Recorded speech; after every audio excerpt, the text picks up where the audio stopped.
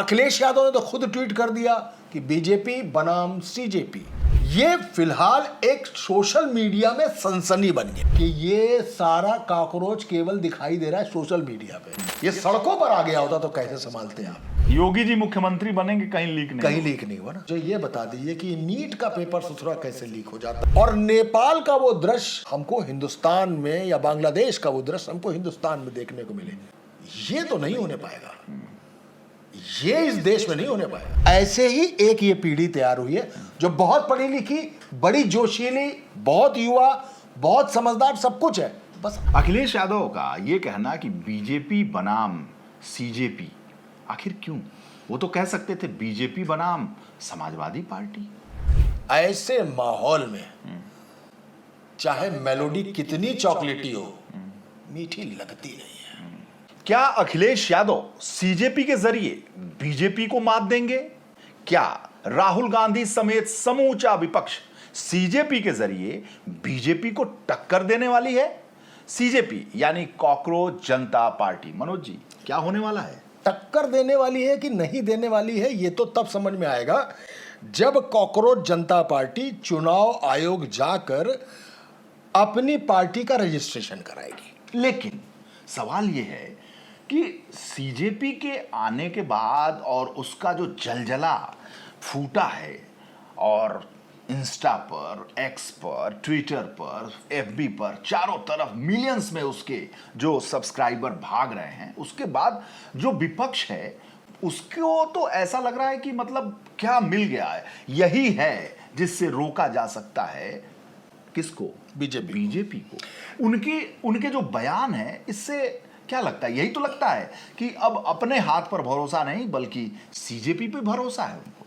देखिए, ऐसा है कि ये कॉकरोच जनता पार्टी जो है जी, इसने एक्स पर अपना एक अकाउंट खोला, इंस्टा पे खोला, एफबी पे खोला, एक वेबसाइट भी खोली, और रातों रात जैसे ही चीफ जस्टिस ऑफ इंडिया ने एक सुनवाई के दौरान जब कहा कि तमाम बेरोजगार जो कहीं जगह नहीं बना पाते वो मीडिया में, सोशल मीडिया में आरटीआई एक्टिविस्ट, वकील बन जाते हैं। हालांकि बाद में उन्होंने उसकी सफाई भी दी कि मैं सिर्फ फर्जी डिग्री के मामले की बात कर रहा था।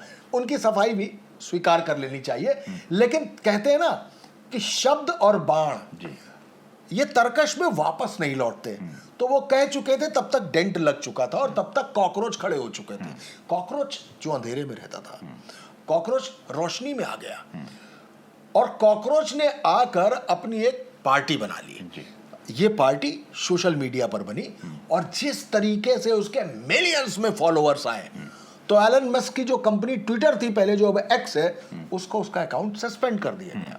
जब अकाउंट सस्पेंड हो गया तो उसने एक दूसरा अकाउंट खोला और उसका नाम रखा कॉकरोच इज बैक। उस पर भी शुरू हो गई फॉलोइंग जबरदस्त। अरे हमको, आपको या कितने भी लोगों को अपने फॉलोअर्स बढ़ाने के लिए क्या क्या नहीं करना पड़ता, लेकिन अचानक ताबड़तोड़ जुड़ रहे थे। इंस्टा, फेसबुक पर अभी भी वो बरकरार है।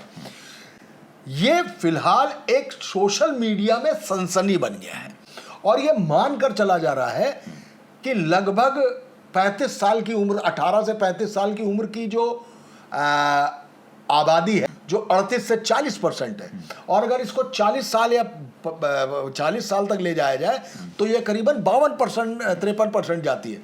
तो इतने बड़े मास लेवल पर अगर इससे लोग जुड़ रहे हैं, और जेन जी को लेकर एक युवा है जो चुपचाप कहीं बैठा था, जो सब कुछ सह रहा था, जो नीट की परीक्षा बार बार पेपर लीक होने से परेशान था, जो सड़क पर लाठियां खा रहा था, जो अपनी नौकरियां मांग रहा था।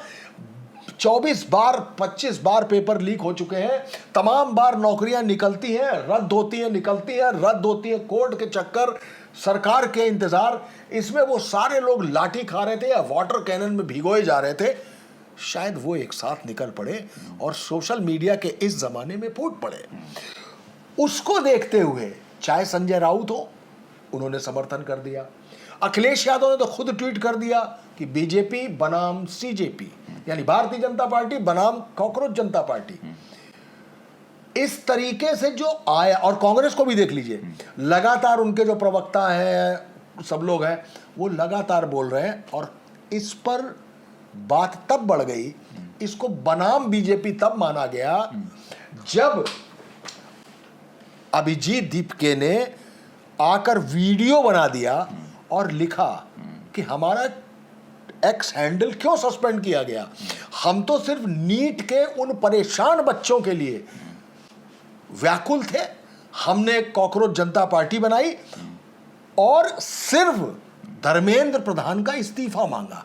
यहां से लोगों को, यानी विपक्ष को, जिनकी बात आप कर रहे हैं, उसको यह समझ में आया कि this is the mob of Gen Z, और ये जेनजी का जो मॉब है ये भारतीय जनता पार्टी के खिलाफ है और धर्मेंद्र प्रधान का इस्तीफा मांग रहा है। अच्छा मनोज जी, एक सवाल है, अभी आपके इस बात से मुझे समझ में आई कि जिस तरीके से एक अनट्रेंड युवक 30 साल का वो मोमेंट को समझ गया कि बेरोजगारी, नीट की परीक्षा जो लीक हुई है उससे बदहाल जो स्टूडेंट्स हैं उनमें जो आक्रोश है, उसके लिए जो धर्मेंद्र प्रधान है, यूजीसी का मामला हुआ था उसमें एक आक्रोश था युवाओं का कि धर्मेंद्र प्रधान, एचआरडी मिनिस्ट्री ने क्या कर दिया, खासकर सवर्ण। फिर उसके बाद से फिर जब कोर्ट में मामला गया तो फिर जो दलित पिछड़े नौजवान थे उनमें एक आक्रोश। आप देख रहे होंगे कि जब से यूजीसी का ये मामला है उसके बाद से नीट का पेपर लीक, फला पेपर लीक, ये पेपर लीक, उसके एक आक्रोश है जेएनजी में, उसको उस युवक ने पकड़ लिया कॉकरोच पार्टी वाले ने और कॉकरोच पार्टी बना दी और इस्तीफा मांग लिया। ये जो विपक्ष के लोग हैं, बेरोजगारी एक मुद्दा हमेशा से रही है, इंदिरा जी के जमाने से भी बेरोजगारी, गरीबी हटाओ उसी समय और गरीबी का नारा लगता रहा है। न गरीब हटे, न गरीबी हटी, न महंगाई कम हुई, न बेरोजगारी कम हुआ, न भ्रष्टाचार कम हुआ, हमेशा से रहा है। हम लोग भी पढ़ते हैं, आप भी पढ़ते। तो ये विपक्ष के लोग कहां चूक गए? वो क्यों नहीं धर्मेंद्र प्रधान का इस्तीफा मांगे? वो क्यों नहीं इस पूरे यूथ को मोबिलाइज कर पाए? एचआरडी मिनिस्ट्री के खिलाफ उन्होंने क्यों आंदोलन नहीं किया? विपक्ष के लोगों ने क्यों नहीं लिया? जो वो कह रहा है कॉकरोच पार्टी वाला कि हम तो धर्मेंद्र प्रधान जो शिक्षा मंत्री हैं, एचआरडी मिनिस्टर हैं, उनका इस्तीफा मांग रहे हैं। इसके तहत हमने आंदोलन की शुरुआत की है, पार्टी बनाई है। ये विपक्ष कहां चूक गया? विपक्ष को लगता है कि मैं चूक गया और ये कॉकरोच पार्टी वाले ने इस मॉब को पकड़ लिया। पकड़ने के बाद विपक्ष कह रहा है कि अब हम तो लीड कर नहीं पाए, जिस तरीके से उसको समर्थन मिल रहा है तो इसके पीछे ही हो लो। बिल्कुल, बीजेपी बनाम सीजेपी कह लो। बिल्कुल।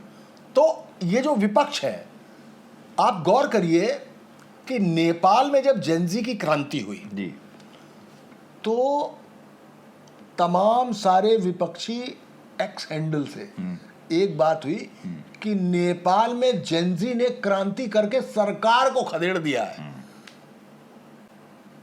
भारत की सरकार समझ जाए। किसको धमकी थी? भारत की सरकार को। मुझे लगता है कि एक पूरा तबका बैठा है जो ये चाहता है। देखिए, बांग्लादेश में हो चुका है ये, ठीक है, श्रीलंका में हम देख चुके हैं, हमारे 3 पड़ोसियों ने ये कर दिया है। एक पूरा तबका बैठा है जो शायद ऐसे किसी दिन का इंतजार कर रहा है कि जेनजी का एक मूवमेंट आ जाए और वो मूवमेंट कहीं घुस जाए, सड़क पर उतर पड़े, हो हल्ला मचा दे और नेपाल का वो दृश्य हमको हिंदुस्तान में, या बांग्लादेश का वो दृश्य हमको हिंदुस्तान में देखने को मिले। लेकिन ये ठीक तो नहीं। देखिए, हाँ, वही कह रहा हूं, ये तो नहीं होने पाएगा। ये इस देश में नहीं होने पाएगा, क्योंकि ये तो देश को गृह युद्ध में धकेलने जैसी बात है। एकदम हमारे जेनजी के साथ गलत हो रहा है, ये पक्की बात है। नीट की परीक्षा बार बार लीक होगी, 2024 में भी होगी, फिर लीक हो जाएगा। एक बच्चा गरीब का, झोपड़ी में पढ़ने वाला, चाहे वो विरार की झुग्गी का हो या कुकुंदू के किसी खेत में बढ़ के पढ़ रहा हो, उसने परीक्षा दी। एक बाप ने 50 लाख का पेपर लेके अपने बच्चे को दे दिया कि हमको 50 लाख। वो बच्चा डॉक्टर बनेगा, क्या बनेगा? तकिया में सुई लगाएगा। तकिया में सुई लगाएगा। वीगो ऐसे लगाएगा, यूं नहीं लगाएगा, ऐसे लगाएगा, बाहर कर देगा। आप समझ रहे हैं मेरी बात? उसको डॉक्टर बनाना चाहते हैं आप, पैसे के दम पे, और हर बार वही छोटी छोटी लीकेज कि हम इसको पकड़ लें, कोचिंग वाले को पकड़ लें, फलाने को पकड़ लें। कौन है वो जो हिट बन के बैठा हुआ है कि हिट का हम बटन दबाएंगे, उसमें से फ्यूम निकलेगा और सारे कॉकरोच मर जाएंगे। अब जब मैं कॉकरोच की बात कर रहा हूं तो जेनजी कह रहा हूं। ये कॉकरोच हिट करने के लिए नहीं है, ये कॉकरोच किसी दिन हिट करने आ गए तो क्या होगा। अगर ये मूवमेंट किसी सोरस टूल किट का हिस्सा नहीं है, अगर ये मूवमेंट स्व उत्प्रेरित है, खुद पैदा हो रहा है और उसको नाराजगी है, तो उसको इस बात का अधिकार है कि वो सामने से चले आए, अहिंसात्मक और संवैधानिक तरीके से अपनी बात उठाए। ठीक, बिल्कुल है। लेकिन अगर ये बॉट्स हैं, अगर इनके दिल में कुछ इरादे अलग हैं, और अगर फिर एक बार दोहरा रहा हूं, ये सोरस थ्योरी जैसी कहीं कोई बात है, तो इनको बिल्कुल जगह ही नहीं देनी चाहिए। अब ये आरोप है कि जो फॉलोअर हैं इस पार्टी के, उसमें सबसे ज्यादा पाकिस्तानी, उसके बाद से बांग्लादेशी और उसके बाद से अमेरिकन।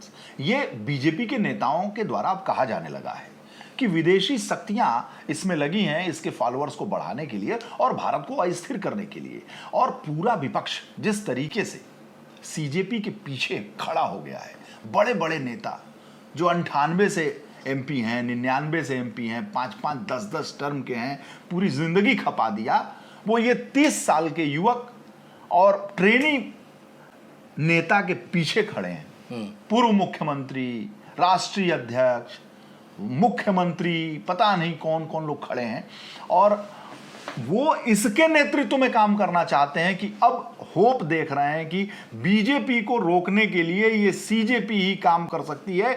जिस तरीके बयान आ रहे हैं विपक्षी नेताओं के, वो इस बात को लेकर बहुत बेचैन है या वो इंतजार कर रहे हैं।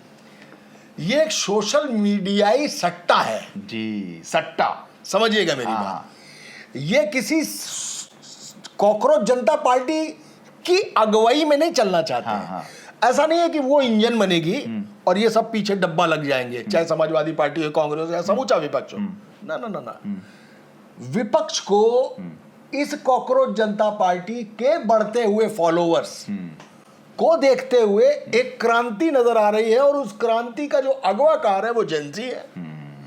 ये उस जेनजी को वोटर के तौर पर कैश करके अपनी पार्टी को बढ़ाना चाहते। देखिए, मजे हुए खिलाड़ी है, मजे हुए खिलाड़ी है। और जेनजी एक युवा जोश है। किसी भी जेनजी करे, मैं कॉकरोच जनता पार्टी को किनारे कर दीजिए, जेनजी एक जोश है जो फिलहाल चुपचाप अपना काम कर रहा है। आप पेपर लीक करा रहे हो, वो फिर देने को तैयार बैठा है। आप नौकरी दिलवाते हो, फिर नौकरी की परीक्षा को रद्द करते हो, वो चुपचाप बैठा हुआ है। वो ट्रेन पर जब चढ़ता है ना, तो छठ स्पेशल ट्रेन भी जो पटना से चलती है ना, उसमें भी इतनी भीड़ नहीं होती जिस तरीके से जेनजी लद कर आता है परीक्षा देने। ये जेनजी परेशान है, इसकी परेशानी को एड्रेस करना पड़ेगा, क्योंकि अगर खुद इसने एड्रेस करना शुरू किया तो किसी भी खेल का हिस्सा हो सकता है। कोई भी इस पूरे मॉब को एक पलीता लगा के बम की तरह इस्तेमाल कर सकता है, क्योंकि इसके ये पढ़ा लिखा है, इसके पास दिमाग है, इसके पास आज की सोच है, ये करना चाहता है, टेक्नो सेवी है, टेक सेवी है। लेकिन एक बात तो है, अनुभव तो अनुभव है। हमने अपनी पीढ़ी को, जो हमारे बाद की पीढ़ी है, क्या हमने जाकर कभी लाला की दुकान पे उसको सौदा करने भेजा है कि बेटा आधा किलो दाल, पाव भर चावल, एक चाय की पत्ती? क्या किसी सब्जी वाले मंडी में सब्जी खरीदने भेजा है कि बेटा 40 रुपए पसेरी आलू मिल रहा हो तो उससे कहना कि 30 रुपए पर? ये जमाने से मोल तोल कर ही नहीं पाया। ये मोबाइल वाली जनरेशन है, ये कंप्यूटर वाली जनरेशन है, ये हमसे और आपसे 100 गुना ज्यादा जानती है। ये तोल मोल नहीं जानती, बस ये अनुभवी तोल मोल नहीं जानती। ये अपने मोबाइल पर बैठ के पूरा डिनर मंगा देगी 5 मिनट के अंदर आपके पास। ये रात में 2 बजे भी अगर आप मान लीजिए आपकी तबीयत खराब हो गई और घर में बुखार की गोली भी नहीं है, ये इतना अच्छी पीढ़ी है कि 2 बजे रात में भी अपने पिता के लिए वो कौन सी एक सर्विस चलती है आजकल, ब्लिंकिट। ब्लिंकिट। हाँ। ब्लिंक का मतलब ब्लिंक करिए और आ गया, हाँ, आपको मंगा पलक झपकते। पलक झपकते आपको दे देगा। इतना समझदार है। लेकिन दुनियावी तजुर्बा जिसको कहते हैं, वो इस पीढ़ी को दुनियावी तजुर्बा नहीं है। और ये जितने बैठे हुए हैं इनका इस्तेमाल करने के लिए, हाँ, वो कहीं इस्तेमाल वो दुनियावी अरे लवरेज लवरेज है, लवरेज लवरेज है, लवरेज। लवरेज है। आप देखते हैं एक छोटी सी बात कि गांधी जी कह देते थे तो 20 साल 18 साल का लड़का सर पे लाठी खा लेता था। भगत सिंह किस एज में चले गए सर? 22 या 23 साल में। 23 साल में कोई आदमी फांसी चढ़ने की सोच सकता है? सोच भी नहीं सकता। ऐसे ही एक ये पीढ़ी तैयार हुई है जो बहुत पढ़ी लिखी, बड़ी जोशीली, बहुत युवा, बहुत समझदार, सब कुछ है, बस अनुभवी नहीं है। वो अनुभव, वो जुगाड़ नहीं जानती। जुगाड़ नहीं जानती। जुगाड़ तंत्र हिंदुस्तान में बहुत जरूरी है। जरूरी है। मतलब जुगाड़ के बगैर, एक इसी बात पे बताऊं आपको, एक बहुत बड़े उद्योगपति हैं लखनऊ में। उन्होंने, उनका इकलौता बेटा है, तो वो लंदन में पढ़ा है उसको, और उसको चाहते थे कि जब पढ़ के यहाँ आ जाए तो उसको, अब बड़ा साम्राज्य, इकलौता बेटा, वो साम्राज्य जेनजी है वो। 2-4 दिन उनकी दुकान पे बैठा। हजरतगंज में बहुत बड़ी दुकान है और बहुत बड़े, सबसे बड़े हैं वो। तो वहाँ बैठा 2-3 दिन, उसको मज़ा नहीं आया। कहा पापा मैं तो फिर लंदन चला। तो उसने कहा कि, पापा ने कहा अरे ये सब कुछ तो तेरा ही है भाई, वहाँ कहाँ जा रहा है? तो उसने क्या कहा कि पापा आपने सब कुछ पढ़ाया, जुगाड़ नहीं पढ़ाया, और हिंदुस्तान में अगर रहना होगा तो जुगाड़ सीखना होगा। जुगाड़ तो हमने सीखा नहीं, आपने तो स्ट्रेट फॉरवर्ड सब पढ़ाया और सब चीज़ें मैंने देखा। यहाँ जुगाड़ के बिना कुछ काम नहीं होगा, और जुगाड़ मैं जानता नहीं हूँ, इसलिए मैं चला लंदन, और आप अपने ये दुकानदौरी संभालो। अब इसी जुगाड़, अब आपके जुगाड़ शब्द को ही पकड़ लेते हैं। लाखों रुपए के कारपस में बैठकर किसी बाप ने किसी कोचिंग वाले से पेपर का जुगाड़ किया होगा। किसी कोचिंग वाले ने किसी ऊपर बैठे आदमी से, उससे ऊपर बैठे अफसर से पेपर का जुगाड़ किया होगा। लड़कों ने पढ़ लिख कर किसी तरीके से अपनी नौकरी का जुगाड़ किया होगा। ये अपनी आवाज बुलंद करने के लिए सड़कों पर गए तो पुलिस ने उनके लिए लाठियों का जुगाड़ कर दिया। और अब बीजेपी ने एक जुगाड़ भिड़ाया कि अगर ये सोशल मीडिया का तूफान है और उसने धर्मेंद्र प्रधान का इस्तीफा मांगा, तो क्या इस शिकायत पर उसका एक्स हैंडल सस्पेंड न करा दिया जाए? उसने वो जुगाड़ लगाया। विपक्ष ने जुगाड़ लगाया कि क्या ये जनजी के वोटों का जुगाड़ है? तो जिस बात अपनी वहीं आ गई कि ये बच्चा जुगाड़ नहीं जानता। आपने यही तो कहा कि पापा आपने मुझे जुगाड़ नहीं सिखाया। बस यही लग रहा है कि इस जुगाड़ा जुगूड़ी के चक्कर में इस पूरी मॉब का गलत इस्तेमाल नहीं होना चाहिए। हाँ, अगर ये सही है, संवैधानिक है, किसी तरीके के कोई गलत इरादे लेके नहीं बैठे हैं, इनको पूरा एक रास्ता ग्रीन कॉरिडोर की तरह दिया जाना चाहिए। जाइए, वो मंच सजा है। आप तय करिए कि आप खुद अपनी पार्टी चलाएंगे या दूसरी पार्टियों का सहारा भी बनेंगे। अच्छा, अखिलेश यादव का ये कहना कि बीजेपी बनाम सीजेपी, आखिर क्यों? वो तो कह सकते थे बीजेपी बनाम समाजवादी पार्टी। उन्होंने बता दिया, उनके कहने का बिटवीन द लाइंस इशारा ये है कि बीजेपी बनाम सीजेपी, कि सीजेपी नाम की कॉकरोच जनता पार्टी जो अचानक आई और मिलियंस में केवल सोशल मीडिया पे फैल गई, बीजेपी उससे डर गई, तो वो बनामियत हो गई। उसका एक्स हैंडल चला गया। उसने कह दिया कि धर्मेंद्र प्रधान का इस्तीफा दो, कि अब तो सीजेपी, अब तो कॉकरोच आपसे कह रहे हैं कि धर्मेंद्र प्रधान से इस्तीफा लीजिए। धर्मेंद्र प्रधान का ग्रह नक्षत्र ठीक नहीं चल रहा है, लगातार देख लीजिए। और क्यों नहीं हो रहा है? सुनने में आ रहा है कि मंत्रिमंडल में शायद कुछ फेरबदल होने की स्थिति है। उसमें क्या होगा क्या नहीं होगा, वो कहते हैं कि हमें जांच करानी है, तो जांच आप नहीं कराएंगे, कौन कराएगा? तो उसमें धर्मेंद्र प्रधान को कुछ रिशफल किया जाता है कि नहीं किया जाता। याद करिए, स्मृति ईरानी भी जब एचआरडी में थी तो भी बड़े बवाल हो रहे थे, लेकिन इस बार बवाल गंभीर है। करोड़ों छात्र जुड़े हुए हैं उस चीज से, करोड़ों छात्रों के भविष्य का सवाल है। लेकिन क्यों ऐसा नहीं हो रहा है, क्यों बार बार ये चीजें लीक हो रही हैं, क्यों ये सिस्टम फूल प्रूफ नहीं है, इस बारे में जवाब तो सरकार को ही देना होगा। और माफ कीजिएगा, ऐसे माहौल में चाहे मेलोडी कितनी चॉकलेटी हो, मीठी लगती नहीं है। एक्चुअली मनोज जी, सबसे बड़ा जो सवाल है ना, वो बात है, मैं महसूस करता हूँ शिक्षा और स्वास्थ्य किसी गंभीर नेता को देना चाहिए जो 24 घंटे उस मंत्रालय के बारे में सोचे। अब उस नेता से आप चुनाव प्रबंधन भी कराएंगे, राज्यों की जिम्मेदारी भी देंगे। मल्टीटास्किंग का जमाना है। मल्टीटास्किंग का जमाना तो है, लेकिन शिक्षा और स्वास्थ्य से खिलवाड़ नहीं करना चाहिए। शिक्षा और स्वास्थ्य ये बैकबोन है, अगर ये खराब हो गए ना तो देश खराब हो जाएगा, देश बर्बाद हो जाएगा। तो इसमें कैजुअल अप्रोच नहीं होना चाहिए। ये तो 100% 365 दिन 24 घंटे वाला काम है। शिक्षा और स्वास्थ्य का जो मंत्रालय जो भी संभाले, अब उससे चुनाव प्रबंधन भी कराएंगे, चुनाव संयोजन भी कराएंगे, दूसरा स्टेट जीतने का लक्ष्य भी देंगे, पार्टी भी चलवाएंगे। तो ये थोड़ा कठिन विषय है। मुझे लगता है कि इस तरह का जो विभाग मंत्रालय संभालेगा, आप सोचिए कि मुरली मनोहर जोशी एचआरडी मिनिस्टर थे, कहते थे ना कि बीजेपी के 3 नाम, अटल आडवाणी, मुरली मनोहर जोशी, भाजपा की 3 धरोहर। हाँ, 3 धरोहर, अटल आडवाणी, हाँ, मुरली मनोहर। उसमें से आप सोचिए कि पार्टी के तीसरे सबसे बड़े नेता को एचआरडी दिया गया था अटल जी के जमाने में। अब मुझे एक चीज बता दीजिए, भारतीय जनता पार्टी किसको अपना राष्ट्रीय अध्यक्ष बनाने जा रही है? भारतीय जनता पार्टी उत्तर प्रदेश से लेकर किसी भी प्रदेश में किसको अध्यक्ष बनाने जा रही है? भारतीय जनता पार्टी कल किसको किसको मंत्री पद की शपथ दिलाएगी? किस प्रदेश का कौन मुख्यमंत्री बनेगा? क्या वसुंधरा और शिवराज ही बनेंगे? अभी असम में जब शपथ दिलानी थी तो अचानक चेहरा उतर गया था, अचानक चेहरा उतर गया था हेमंत बिस्वा शर्मा का।